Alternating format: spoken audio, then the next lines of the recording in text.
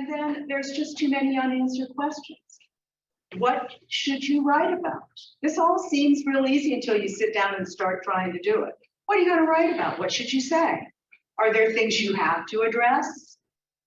Are there things you should never address? How many words do you need? Hundreds? Thousands? Hundreds of thousands? Millions? How will you know if you're doing it right? How will you know when you're done? Next, please. Maybe you're developing content for a new site, or maybe you're rewriting content for a site that you have, and you should rewrite and update your site regularly. But if you're having problems, your difficulties probably fall into one of three categories. Number one, no time, no interest. You've developed, you haven't developed it, you don't want to develop it, you don't have any ideas, you don't have time, you don't have any interest, you're not going to do it. Group two, iffy content. You've written some content, but you're starting to realize that you don't have nearly enough material. And you're afraid that what you have written isn't as good as you thought. And number three, totally overwhelmed. You're drowning in content. You've written thousands of words, but you have no idea how to start chipping away at it and how to create something rational out of this mountain of words. So writing for the web is different than the kind of writing we've all been doing for years and years and years. It's not like writing a novel. It's not like writing a memoir. It's not even like writing for work. It's not like writing a business report. And this all relates to how people read on the web. Site visitors. And as I'm describing this, think about yourself and how you read on the web, or when you get home this afternoon and you're looking through this and that. Think about what I'm saying right now. Site visitors don't read websites. They don't read them closely. They skim, they scan. When visitors encounter long paragraphs or big blocks of text, they skip them. Sorry, but that's true. They skip them. This does not mean that you have to change your writing style. It means you need to break up big text passages. And I'm going to show you how to do that. It's so easy. It doesn't involve any editing. It involves hitting the space bar. And we'll talk about that in a minute with some examples. We'll show you what a difference it can make. There is another very important way. Writing content for your website is different from anything else that we write. You cannot assume that visitors are going to land on your homepage and read through your site sequentially. They may land on your contact page and then skip over to your blog and then go to your about page and then leave. They may never see your homepage at all. Therefore, it is a mistake to write material that only makes sense if pages are read in a specific order.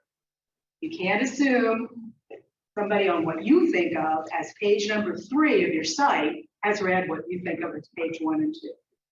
Okay? What does that mean? That means that you can repeat things. You should repeat things. It's mistake 1 to create content that just depends on pages being read in order. As I said, you can link pages together, of course, but you have no guarantee that anybody's going to click on those links. So the best way to approach this is to think of every page on your site as a self-contained block of content, okay, that can stand alone. The tendency of visitors to bounce around also means, as I said, you should repeat important points over and over. Now, anybody who's done any editing or who has dealt with an editor, everybody in this room probably, and everybody out in Zoom land, it's one of the things we look for: redundancy, echoes, repetitions, trying to get rid of all that stuff. On your website, it's perfectly fine. In fact, you should do it, okay? If you've got an important point, hit it here, hit it there, hit it there, hit it there. Remember how people read, okay? Next slide. So, the $50 million question, or what was the thing, the $64,000 question about web content. How much text do I have to write? How much text do I need per page? Guess what the answer is? That depends. Everybody knew that was coming, right? There are no hard and fast rules. Websites don't have a limit. They could be 1,000,000 miles long, right? Everybody understands that, right? You just keep hitting enter and you just keep going. It's not like writing for print. If anybody in here, probably all have to have written for print where you have word counts and column inches and all that stuff, forget about it. You can write as much as you want. That doesn't mean you should write as much as you could. So I'm going to give you some suggestions of how many words should be on a page. But if you don't like those suggestions, you can ignore them. Okay? And if I give you a suggestion and you've already got a website that is substantially larger than that or substantially smaller than that, don't worry about it. We can deal with those kind of issues in layout, and we will, okay? So the best thing to do, just general rules for writing for a website. It's just the general rule that we use for all kinds of writing. Say what you need to say what you want to say, then stop, okay? Stop. The fact that you have unlimited space doesn't mean that you should do it, okay? As you're planning your written content, and you should sit down and think about this, you know, plan out what you're going to do and what you think at least what topics you want to cover. If you get the sense that you don't have enough, you think, hey, I think I should have an about page and then maybe a page about my work history. If you start figuring this out, you get the sense, you know what, I don't think I have enough to go on that page. I've only got like 3 sentences on that topic. Now that I really take a good look at it, that might be enough. If you've got some like dynamite images and photos to put with that, it might work. Or you might be able to combine that with another topic on another page.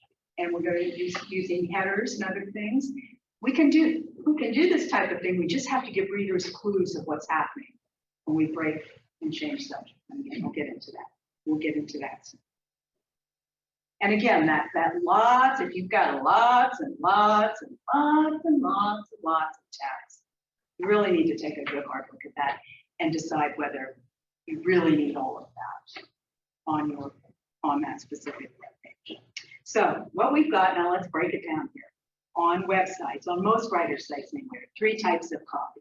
We've got web pages. That's like your home page, your about page, contact page, that type of thing. And that's the first thing we're going to talk about, our web pages. This is a web page. This is Neil Gaiman. Probably a lot of people have heard of him. This is his home page, right? So everybody's got a home page. Every website has a home page, regardless of what kind of website it is. That's just the beginning, first page. Even though we know our visitors might not land on it first, it's the first page of your site. Home pages tend to be image and graphics heavy. They're not text heavy. The text for the entire page is often less than, here comes one of those magic numbers, 250 words. If you've been writing a long time, you know that's a couple paragraphs. Okay. Your home page should not be super text heavy, even if you're a law firm. It's going to drive visitors away. They're just going to see it and just say, oh God, you know, I'm not reading. Does that mean you cannot have text heavy pages on your website? It does not mean that at all. It just means don't do it on your home page. Don't do it there. So the purpose of the home page, this is what, go back and think about what are we doing here? The purpose of the home page is to clearly communicate what your site is about. If people land on a website and they can't tell what the site is about, they will click away. They will click away. And next, please. As writers, this is not a new concept for us. Back up, because we do it with book covers. Hello. Obviously, these are two very different types of stories, different types of audiences that they're going for, and so on. The way that tells us what we're going to find when we open the book is what you should think about when you're thinking about your homepage. You want to tell your reader, your target reader, hey, you're in the right place. And you want to tell the guy, if you're the romance author, you want to tell the guy who's looking for the, whatever this resurgent is about, you're not in the right. So go ahead and win. Okay. I like to think of the homepage as having digital curb appeal. Pretend like your homepage or your whole website is a shop, okay, a store, and your website is your window out there on Main Street. And a lot of people are walking past that every day. You don't want them all to walk past, but you do want some of them. But you want the people who would be interested in reading your story or your memoir or your poetry to look at it and say, hey, that's interesting. I think I'll go inside. Okay, let's have another. This is a close-up of a part of my homepage on my author site. Now, the first thing I want to tell you is it doesn't look like this. I took this screenshot so I could get more of it in the picture. If you pulled this up and looked at it on your laptop, you'd only probably see that top photo, right? That would fill the whole screen. So this isn't the way you're used to looking at websites, but it helps you kind of see how the pieces fit together. So this is my author website. Let's say one of the guys that my husband hangs out at the American Legion stumbles in here, and he's like really into the, I don't know, let's say like the Cold War espionage kind of stuff. And he takes a look at this, he's gonna know, I've come into the wrong shop. I'm not in the right place. And he's gonna leave, and you know what, that's fine. Because no matter, I mean, he could have gone through my entire website with a fine-tooth comb. He's not gonna buy my fairy story, guaranteed. Okay, so don't feel like you hear what you're writing to. You don't have to write for everybody. Think about the people that you want, the people that you think are gonna like your material. All right, so let's have another one. This again is one of those screenshots that captures an entire page. You'd see it full out and you'd move down to see this. I hope you can, it's kind of hard to see here, but this is a painter's site. It's not an author's site, but it has very little text on it. I don't know if you can see that. There's very, very, very little text on this homepage. In fact, I counted the words. There's only about 90 words on this page. So don't be intimidated by how much you need to write. Let's have one more. This is a close-up. This is what it would look like on your laptop. This is also what it would look like on a tablet, just be a condensed one. There's very little text here. Next slide, please. And again, now he's an artist. He's a visual guy. We're writers. We can't shut up, right? He has less to say than we do, but nevertheless, what I'm saying is you don't have to write a book here. You don't have to write a dissertation. You want to tell people what you need to tell them and then stop talking, okay? Next one. This is my homepage for my author site. It has more text on it than his because I can't shut up. And because if you can see down here at the bottom, there are some books down there and there are blurbs for those books. Obviously there's words there. And if we can see the next slide, you saw that picture of the jar on the beach before, so we're just zooming in. So I have an image and I have a paragraph. That's it. Now, I'm also really, really into these black backgrounds, so I'll give myself an out on that. Lynne, can you get a little closer to the mic? Yes, I'm sorry. And you can take it off if you need to. Hold it in your hand. end up tossing it. I want to. Okay, so let's see. Let's take the next slide, please. Okay, so that's not a lot of words, but you know, that's just the blurb that I picked up off the back of the book. I mean, you don't have to write original stuff over and over and over. You've got a lot of this stuff written already. So that is where the words come from. As I said, this one has about this page has about 300. And it's kind of wordy. I could probably get away with less. All right, next, please. All right, the next type of page we're going to talk about is about. You should have an about page. That's about you, but it's also about your work, okay? The about page is probably and should be longer. I mean, in terms of the number of words, longer than the home page, maybe twice as long. If you've developed your home page already as you're working on your content, you have already told your visitors what you do. Tell them again. Remember, they might hit your about page first. People are really curious about people's about pages. And if we're all honest, that's one of the first places we go. Because why? We want to look at their picture. Truth, right? So you'll have a lot of about pages are generally well trafficked. So tell people what you do. I'm a poet. I'm a romance writer. I'm working on my family history. I'm writing a memoir.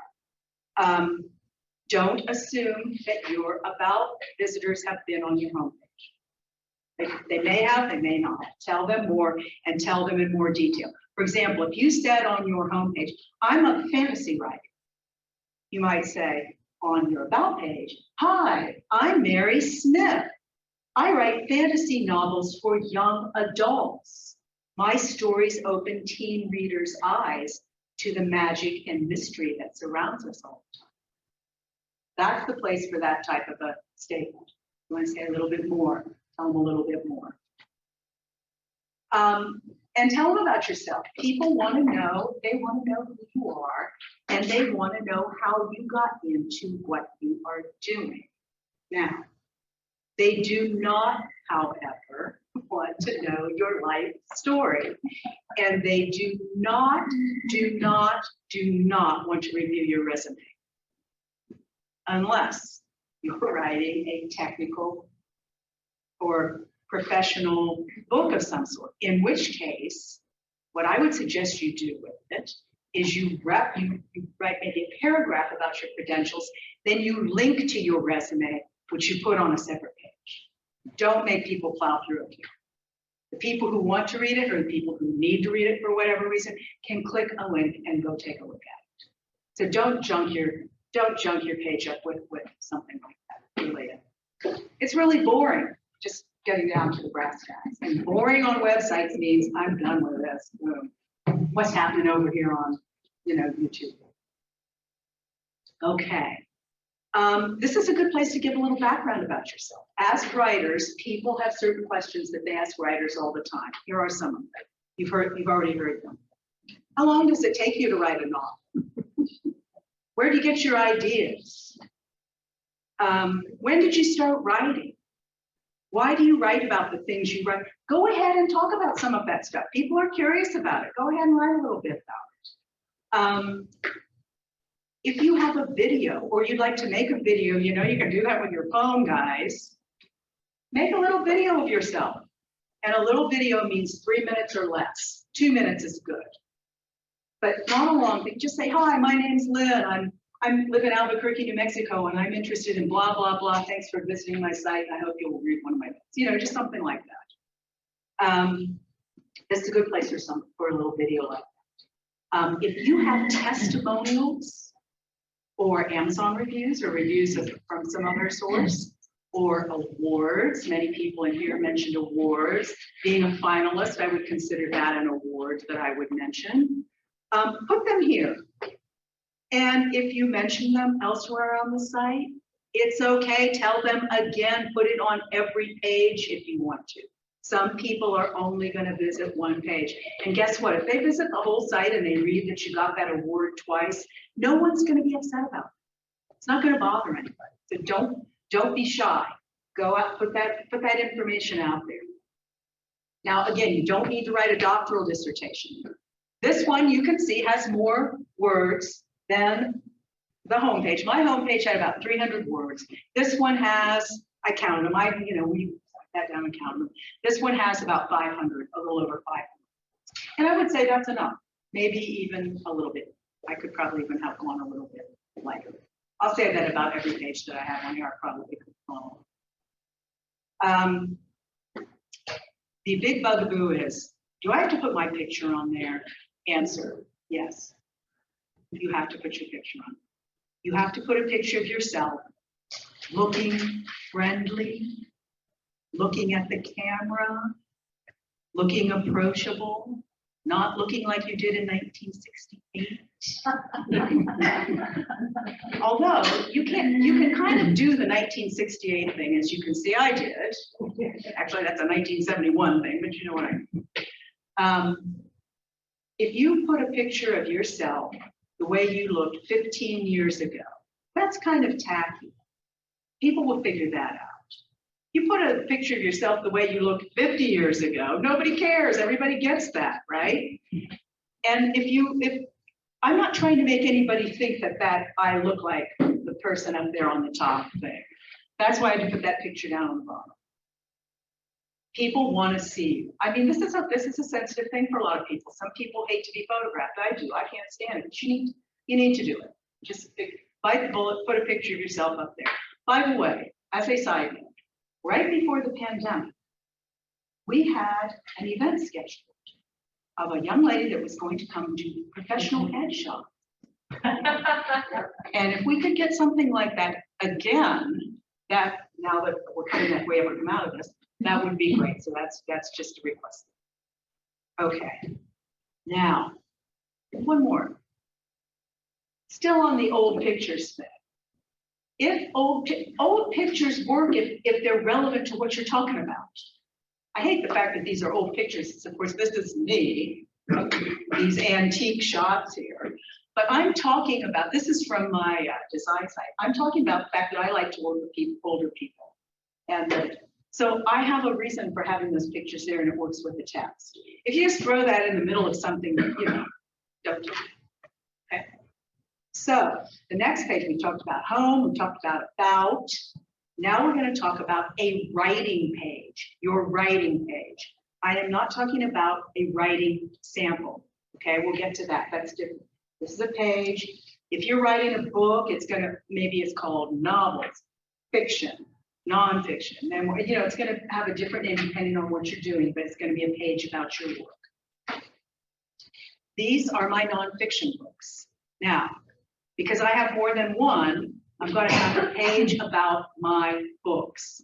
If I only had one, I would have a page about my book, and I'll show you that in a minute. But if you've got more than one, you do something like this. Show your covers. This is where you show the covers. And just some bullet points, what these books have in common, they're all sort of about the same. And you've probably already written everything that you need for either this page about multiple books and the pages about the books that follow up. Let's take the next one. This is a close-up of one of those books. Each one of those books on the previous shot, if you click on the cover image, will take you to that book's page. Every book has its own page. If you think about a website as like a house, you're constantly walking into rooms, then opening a door into another room, into another room, into another room. So let's say we walked into the entry hall, and here are all my books. And then each one of those books goes off into a separate room of itself. So if you only have one book, then this is what you'll have as your writing book. So what do we got here? Look at it. There aren't that many words here. There's the book. There's a buy now button, which I'm going to talk about in a minute. And that first block of text there, that only block of text there, is the blurb from the back. I already wrote it. I wrote it years and years ago. If you have a digital book only, then you have written an Amazon description for that book. Use that. You've written a description somewhere. You've got it. If you haven't yet and your book's not ready to publish, you're going to have to do it anyway. So you're just going to use the same ones. Those pictures, there are pictures in that book, but those pictures are not in that book. But this is a guide to a historic town. And those are pictures that I took of the town. And they're beautiful. Remember, the web is a visual thing. You want to put up good images. We'll talk about images a little bit. I'll tell you a super place to get. And then kind words from visitors or readers. That last part, those are Amazon reviews. I just picked up some Amazon reviews. And who are they from? Dash, Amazon reviewer. Okay. And next slide, please. And then, of course, you want people to buy it. This book is only available in hard copy, but that buy now button goes to the book's Amazon page. I have these books, but I don't want to sell these books. I don't want to maintain inventory. I don't want to collect payments. I don't want to do taxes. I don't want to do shipping. I don't want to do any of that stuff. If someone wants to buy it, that's where that link goes. If you don't know how to do that, it's really, really easy, and I can show you how to do it. Piece of cake, okay? Let's see. Okay. Maybe you don't have a book. Maybe you don't want to ever have a book. You're writing short stories. You're writing opinion pieces. You're writing essays, whatever. You know, you've got something, you don't have a book, or you're working on a book, but it's not out yet. That doesn't mean that you shouldn't have a website. You should still have a site. Just forget the book stuff. It's a little dark because I'm a little dark, and as I'm dressed dark, websites are dark, I like black and white pictures. This is also from my site. Back in the day, for a while, I was very, very into flash fiction and writing flash fiction. I loved it, I loved reading it, and so on and so on. So I have 6 of my favorite flash fiction stories, which are really short. And so I made a page for them. And what this is each of those images links to one of the stories. Let's have the next slide, which you can see are very short. But you could do this with poetry. You could do this, like I said, with essays. You could do it with all kinds of. Again, give each of those pieces their own page. Don't try to jam all this stuff together. Don't put it all out in front of everybody. Just show people where they can go, and then allow them to click through and read it that way. The other thing you can do, let's say you have a work in progress, but it's not close to ready yet. And let's say you're working on a memoir or a family history, something like this, which I know a lot of people in this organization are working on that type of thing. You could create a page. This is what I'm working on now. That's not what you call it, but you can kind of come up with a better title for it. But you can put some vintage photographs. You could they don't even have to be your family. You can just put up generic vintage photographs, and I'll show you where to find those at the end here. And just make it look good, beautiful. Postcards, snippets of handwritten writing, pictures of your hometown, pictures of old cars, things that evoke the time period that you're writing about. Then you can say, hey, have you got stories of your own about growing up in rural Wisconsin that you'd like to share with me? Here, contact me here. And you put a way for them to send you an email or to join your email list. Join my email list, and you'll be the first to know when my book comes out. Okay? Talk to the people who are visiting your site. Have a conversation with them. Engage them. Now, if you do have things that are finished beyond something short like this, you've got a novel, in other words, or you have a completed nonfiction title or close to completion, it's a good idea to let people have a free chapter of your book. I mean, we all used to hate that. Oh my God, why would I give anybody a free chapter of my book? Now it's just standard operating procedure. So let's have another slide here. Here's the first chapter of my book, My Fairy Story.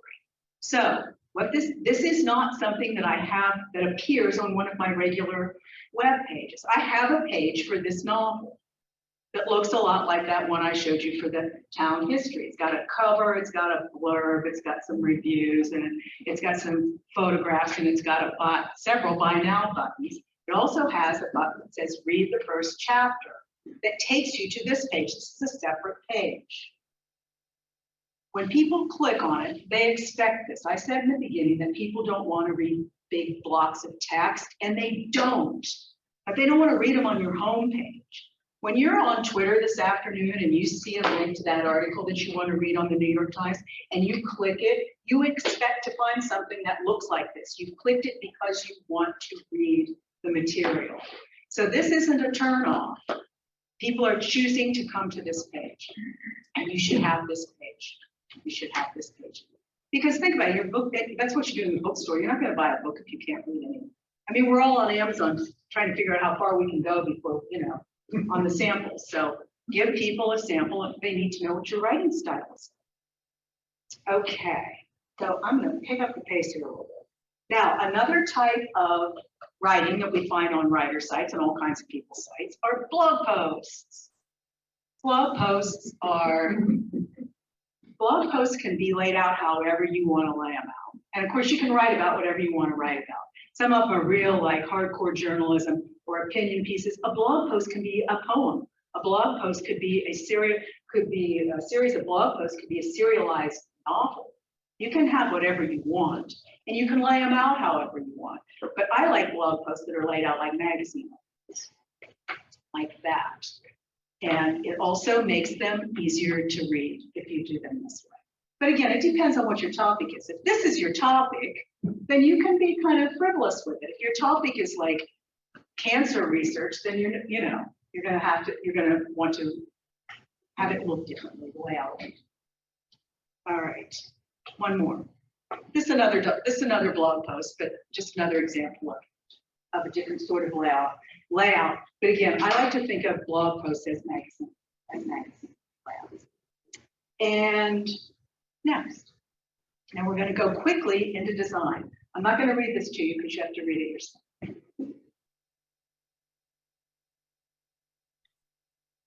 Design works, design, right?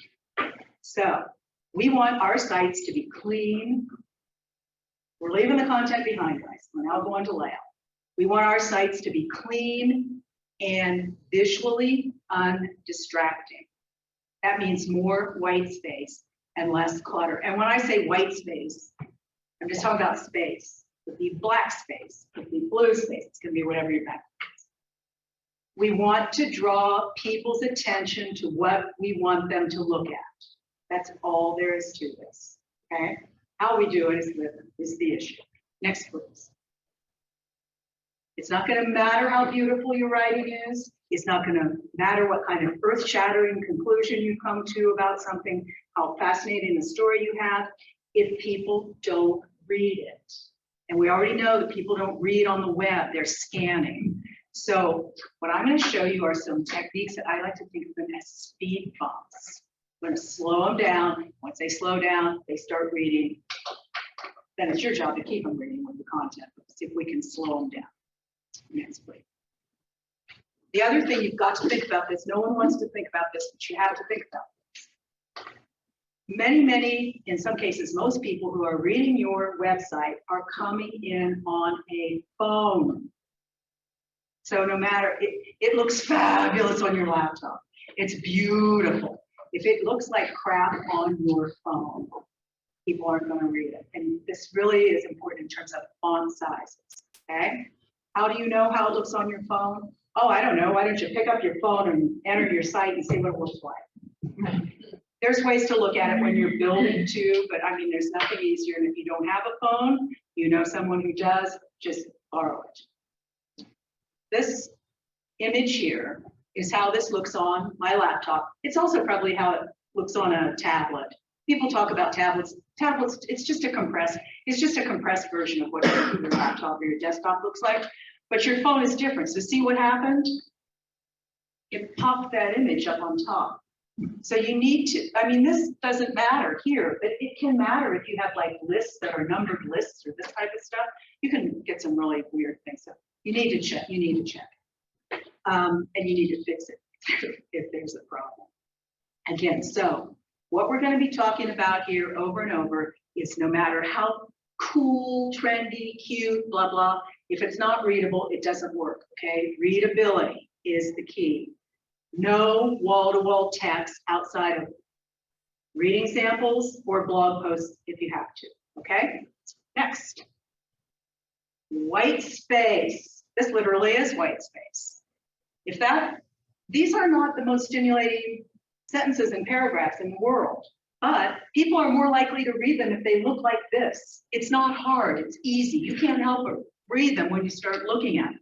So put white space around as many things as you can. Now this kind of goes back to the way we were all taught to write, whereas in paragraphs with topic sentences and so on, you don't have to stop writing that way because that's the way we read, that's the way we understand what we're reading. But when you put it on here, break it up. Not talk about take this sentence and move it like way over here. You can still leave it in the sequence that you wrote it, but you want to break it up. Clutter and distractions. Yes. This is an unintentional, fabulous example. This is Joanne Harris, who's a writer I really like. She wrote a book that was made into a movie you may have seen called Chocolat. It's kind of food and magical realism and all this kind of stuff, and I love it, love it, love it. And I just pulled up her site at random, and it's terrible. Look here, what is this under her picture? If you can't tell, that's her Twitter feed. It's like, don't do that, okay? Remember back in the old days when we used to talk about newspapers? This is above the fold. That's the first thing that you see on your homepage. She has given away prime real estate.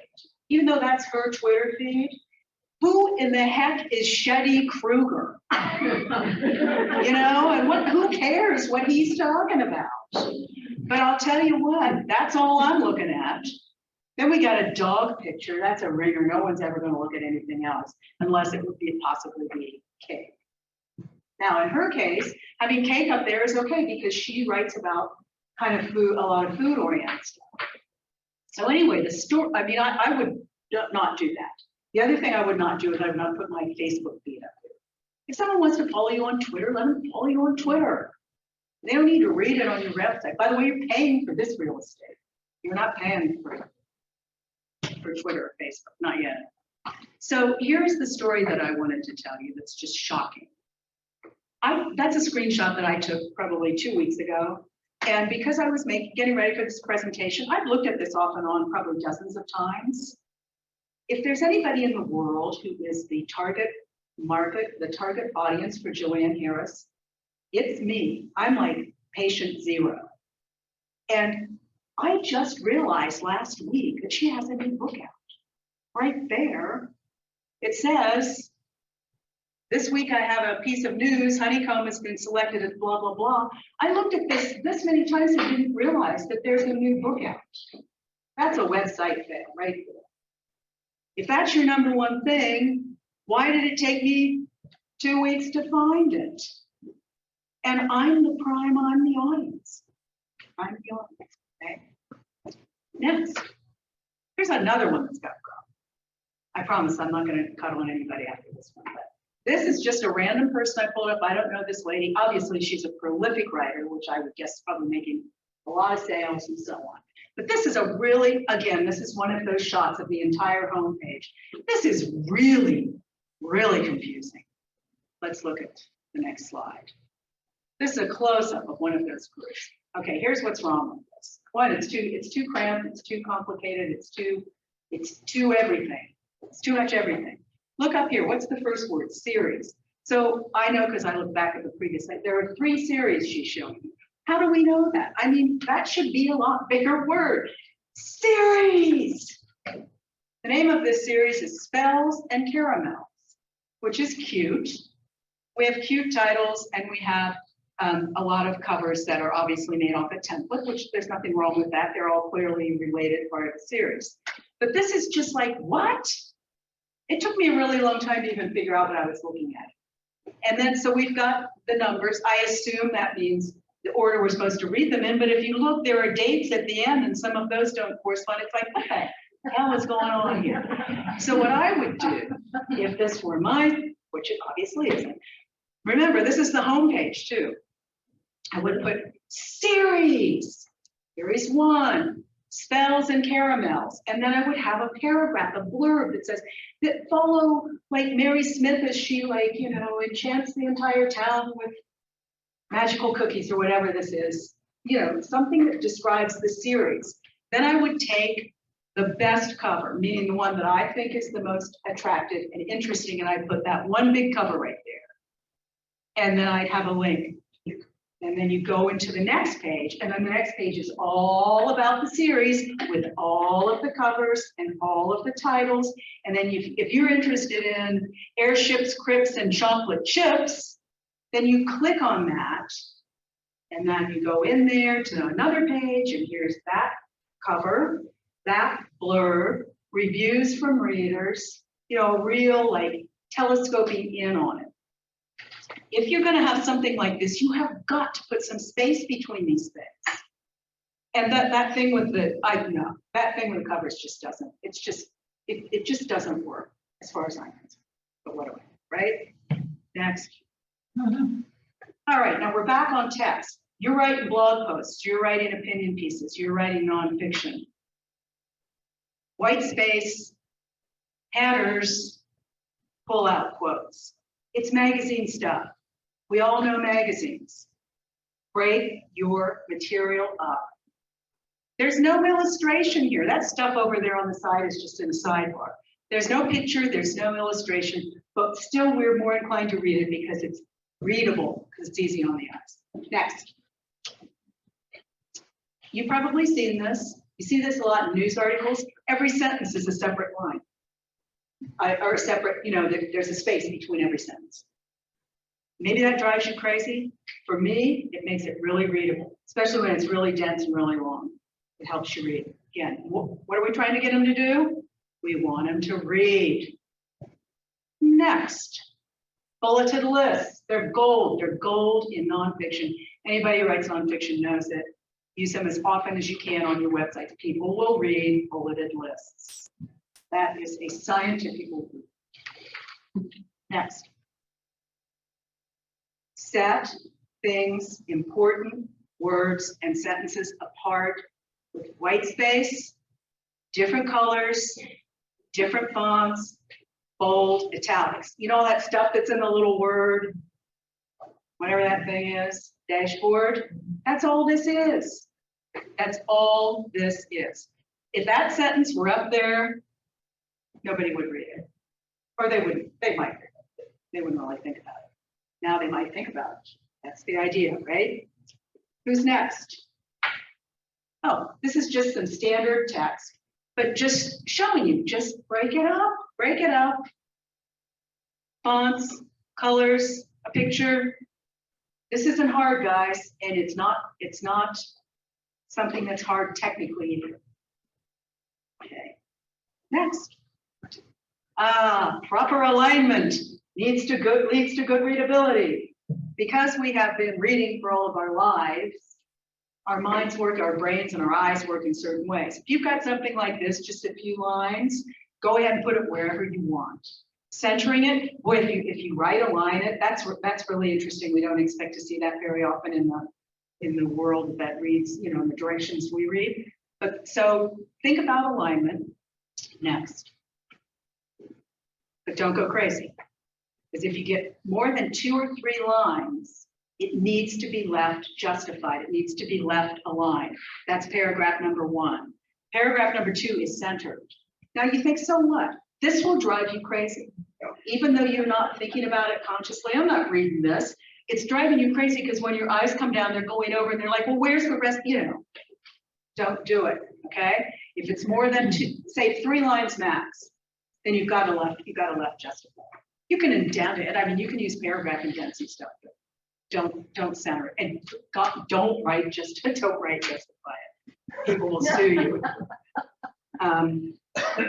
Okay, next. Fancy fonts. They're especially popular. I hope this doesn't sound sexist, but they're really popular with young women. Hi, I'm Mary. Welcome to my site. This can be fun. But just like Text alignment, a little bit goes a long way because what are we looking at? Readability. Next. That's the same font. It's like, oh, no one wants to read that. No one's going to read it unless you have something really important to say. And if you had something really important to say, why would you use this? Right? Think about what your fonts say and what they say. Next. Back to the old, this is my about page again. You probably noticed a number of these sites I have built have dark backgrounds because that's what I'm into, because I think they're really dramatic and really fabulous and all this. But when you put light text on dark backgrounds, you get the same situation that you can with fancy fonts and poorly aligned text. It gets hard to read. So if you've got something where all of a sudden you're going to be having more text, I would do something like this next week. That's the top, I put a little blah, blah, blah. And then when I'm into the actual text, I'm running it black on white because it's readable. Again, we want to, when people start reading, we don't want them to stop reading. We want them to continue reading. Next. Here is we're almost done, believe it or not, which is a good thing. Here is a plain text block of text, just a block of text. It's not, I hope it's interesting because it's marketing text, but it's just a block of plain text. Next. And then you do that with it. And all of a sudden it becomes interesting. And not a word was changed. You just, and this is a good example, just break it up. If you don't know what to do, if you don't know what else to do, if you don't know how to change the color fonts, if you don't know how to change the fonts themselves, just add white space. It is the most, here's a horrible word. It's the most impactful thing. All right, and I do want to go for just a couple more minutes because I have something important I want to tell you next. It's about photos. You have got to have good photos on your site. Good photos make websites. Poor photos break websites. What are poor photos? Blurry photos, low resolution photos, crappy photos, photos that no one wants to look at. Those are bad photos. Photos you take with your phone are those kind of photos. Now, sometimes you have to use a photo like that because it's a picture of you and you don't want to have your picture taken again. Or, you know, it's a picture of you doing something like you're at a book signing. That's going to be great on your about page. Picture of me standing up here doing this workshop. This would be great on my about page. It doesn't matter what the quality is. I mean, unless it's super, super terrible. Make it small and use it. But what you should do is you should seek out high quality photos for your site. Here is how you do not do this. Do not do this. Do not go into Google Images, do an image search, find a fabulous image and put it on your website.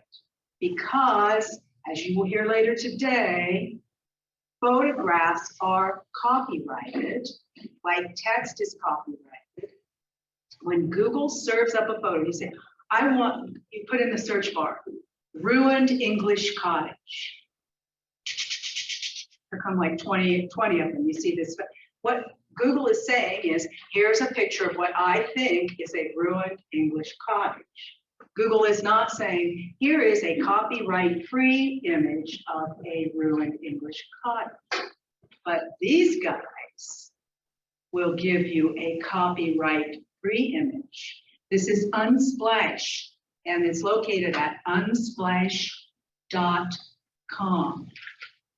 The images are fabulous. They are high resolution. They are copyright free.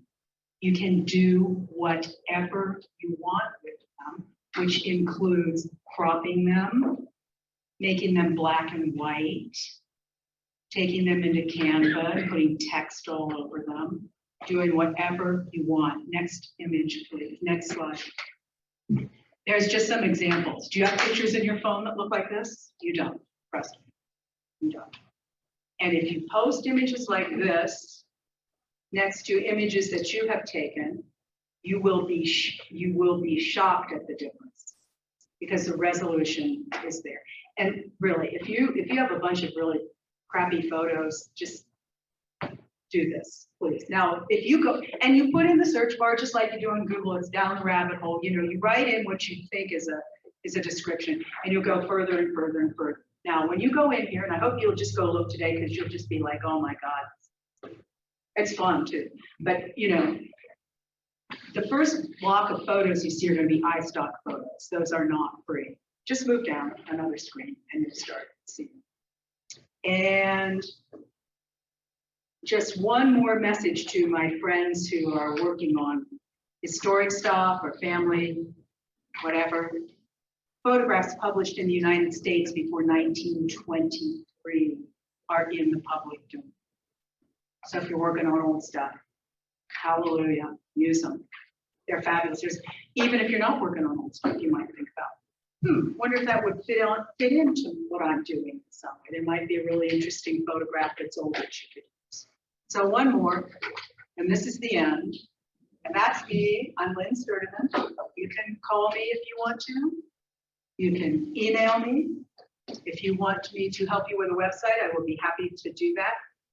LynneSturtevant.com is the author site that I showed you several times. The black one, that's where that is. And if you want to go back and look at how some of those pages are set up. Magic Words Creative is my design site. And of course, I give SouthWest Writers members a 20% discount.